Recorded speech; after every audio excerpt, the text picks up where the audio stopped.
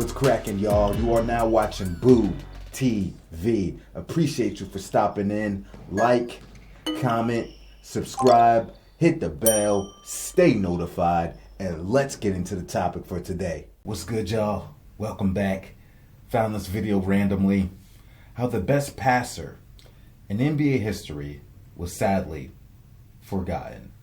I guess it's from a series called UNTOLD on the channel NBA Insider. Go check the channel out. This is the first video I've ever watched from this channel, so I'm excited to get into it. I love creative passers, especially the historically great passers. My favorite point guard of all time, my favorite passer of all time is probably Jason Kidd. I don't think he's the best point guard of all time, but he's been my favorite. And I think Jason Kidd, in many regards, is underrated. But anyway, I'm curious to see who this player is that they're talking about and maybe learn something new in the process. So let's get into it.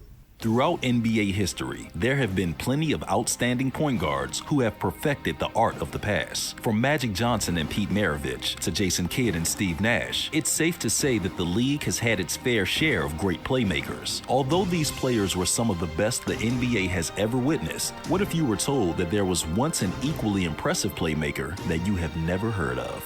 Back in 1984, when Isaiah Thomas made history with 1,123 assists in a single season, it was said that he was just the second person in NBA history to pass 1,000 assists. Then in 1990, when Scott Skiles delivered an all-time record of 30 assists in a single game, we learned that he had broken the previous record of 29.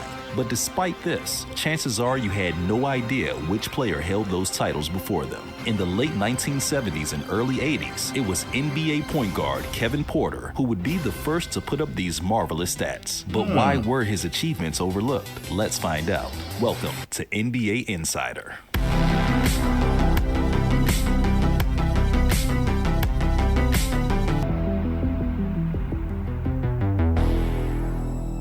Born and raised in Chicago, Illinois on April 17, 1950, Kevin Porter attended St. Francis University in Loretto, Pennsylvania, where he played as a point guard. Although he averaged 23 or more points in each of his final 3 seasons for the Red Flash, the chances of him making it to the league were fairly slim. However, in the 1972 NBA Draft, he was selected as the 39th overall pick in the 3rd round by the Baltimore Bullets. Although he was far from an NBA superstar, Kevin Porter still had one impressive ability on his resume: passing. After being drafted by the Bullets, he developed into one of the best passers the game had ever seen. You see, early on in his career, Porter learned that he was destined to be a point guard, as he would make his teammates look good by delivering the basketball in spots where they could easily score. He was one of the purest passers who not only thrived in the art of the assist, but was in love with it. What also stood out about him was the fact that he was a pass-first point guard in an era filled with distributors such as Pete Maravich, Clyde Drexler, and Nate Archibald, which sadly watered down just how good his skills really were. In fact, not only was he just one of the most underappreciated passers of all time, but he could score too,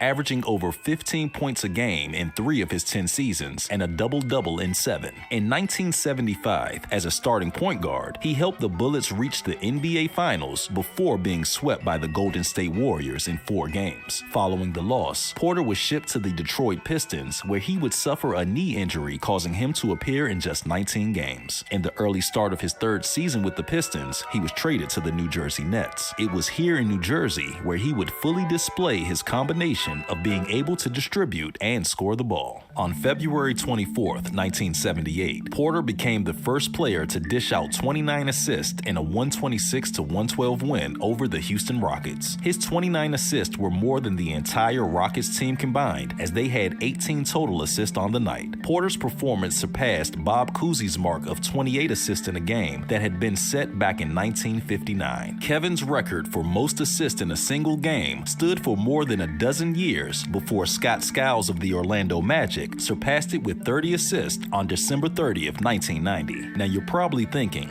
this must have been a fluke, right? Well, not really. You see, through the 1977 and 78 season, Kevin Porter had an insane run, averaging 12 assists a game and dishing out 25-plus assists on 3 different occasions. The first time was when he got 29 assists against the Houston Rockets, followed by 25 against the Boston Celtics and another 25 against the Phoenix Suns. Porter also led the NBA in assists 4 times in 7 years. So far, here's Barry against Witherspoon. Rick on fire. Not this time. And Unseld yanks down his 7th rebound. Witherspoon to Porter. Kevin has a hot hand. That's a good play that time. In one of those seasons, his average was 13.4 assists per game, which was 2 assists greater than the previous high set by Nate Archibald. This total would be overcome only by Isaiah Thomas and John Stockton. As if that wasn't impressive enough, in the 1979 season, when Porter became the first NBA player to accumulate over 1,000 assists, he didn't just break this single-season NBA record.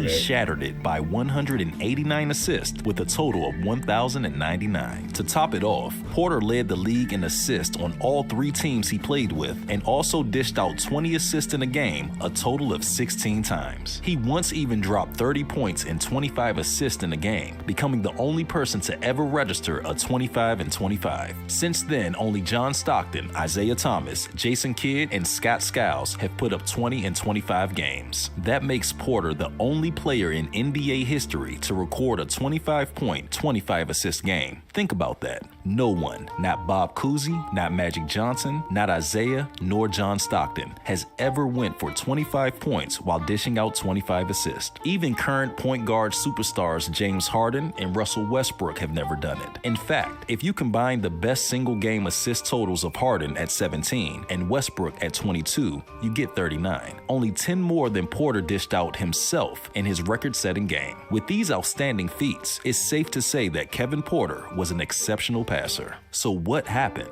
Why do NBA fans who consider themselves basketball aficionados not know about the first player in NBA history to rack up over 1,000 assists in a single season? Well, for starters, he attended a small college with no major accolades, only to appear in the NBA as a 3rd-round pick while leading the league in personal fouls. His short career consisted of only 659 games, mostly due to the fact that he was an injury-prone player who suffered multiple injuries, including a torn Achilles. To top it off, he had only 1 notable playoffs appearance and never made a single All-Star game. As if that wasn't bad enough, he never stayed in one place. Throughout his career, which lasted 10 short seasons between 1972 and 1983, he never played for a single location for more than 2 years. His first 3 seasons were spent with the Bullets, then for 2 seasons he was with Detroit. Afterwards, he was traded to New Jersey for a year and then traded back to Detroit for a season, where he would finally return to play for the Bullets. With the exception of the one finals year with the Bullets, Porter spent most of his time with weak teams in small markets. We are talking about someone who had to run point guard for the infamously run Pistons team, coached by Dick Vitale. $100,000 a year is good as pop, pop, fizz, fizz.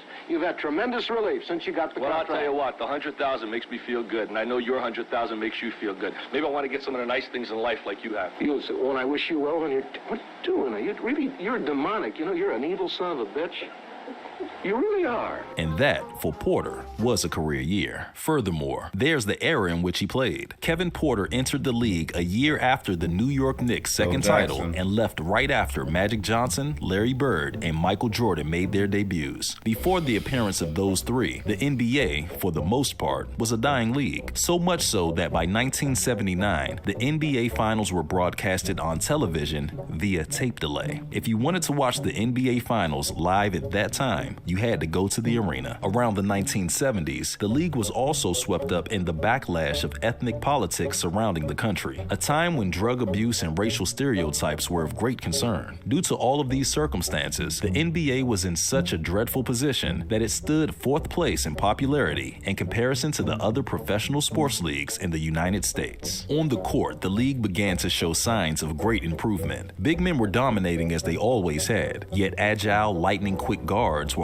also arriving on the scene. Coaches, however, weren't sure what to do with point guards who could not only pass the ball, but shoot jumpers and drive to the hole. After all, in the 1950s and 1960s, point guards had one job: deliver the ball to the big guys. So with players like Porter redefining the way the position was played by driving to the paint, scoring, or dishing the ball off to wide open teammates, the game was shifting from its traditions. Regardless of all these challenges, Kevin Porter remained a top-notch passer. When he retired in 1983, at the age of 32, the 5'11" player had accumulated 5,314 career assists and 7,645 career points, while also becoming the 14th all-time leader in career assists per game and 13th in assist percentage at 37.5. Overall, Kevin Porter was and is one of the most overlooked players in league history. As a matter of fact, when great passers are ranked, his name is rarely mentioned. Had it not been for all the negative factors surrounding his career, one could have seen him as an outstanding point guard who could have rivaled against any point guard of his time. Instead, he went on to become a neglected star from a forgotten era. Despite this, not only does he deserve to be remembered, but he should be honored. As one of the most talented assisting point guards of all time, Kevin Porter will forever go down as the greatest unknown passer in NBA history. Well, thanks to your channel, hopefully he won't be so unknown for much longer. I don't think I've ever heard of this guy. Now, my first question is this the father of current NBA player Michael Porter, not Michael Porter, Kevin Porter Jr.? Are they related? Is this his son? This would be the Kevin Porter that I guess just got released or is about to get released from the Rockets for beating the hell out of his girlfriend while she was sleeping. I think that was Kevin Porter, right? Let me check.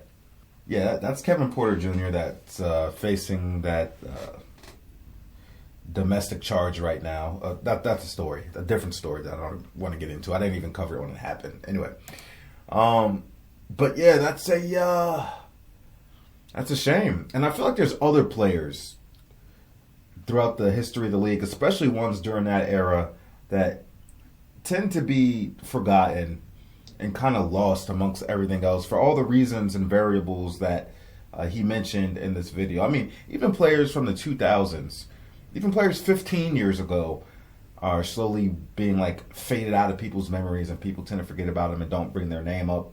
And I do my best here on this channel to talk about the ones that I do know about, that I notice people are forgetting and not talking about. So I like to remind people and bring their names to the forefront. And also me out here learning about players from past generations that I just wasn't around to watch. And now I learned about Kevin Porter. I had no idea. And considering statistically what he was able to accomplish and the amount of time he played, that's pretty damn impressive, to be honest. I had no idea this guy put up 29 assists in a basketball game. And I've been wanting to find video footage of that Scott Skiles game where he dropped 60 assists and react to it, because I've never actually seen all the highlights of his 30 assists. Did I say 60 assists? I don't know if I said 60 assists, but I meant 30 assists. I've been wanting to react to that because I haven't seen the footage. What a shame. I don't know if Kevin Porter is still alive today. Might be. But I wish we had more video footage of him. Because in the video footage that they had, it wasn't a whole lot of assists. Obviously, given the era, you know, the tape, the video footage it's not available. Especially if you weren't, you know, an all-time great caliber player, that footage isn't going to be available for somebody like him extensively. So that kind of sucks, because I would love to see his style in passing get a larger sample size.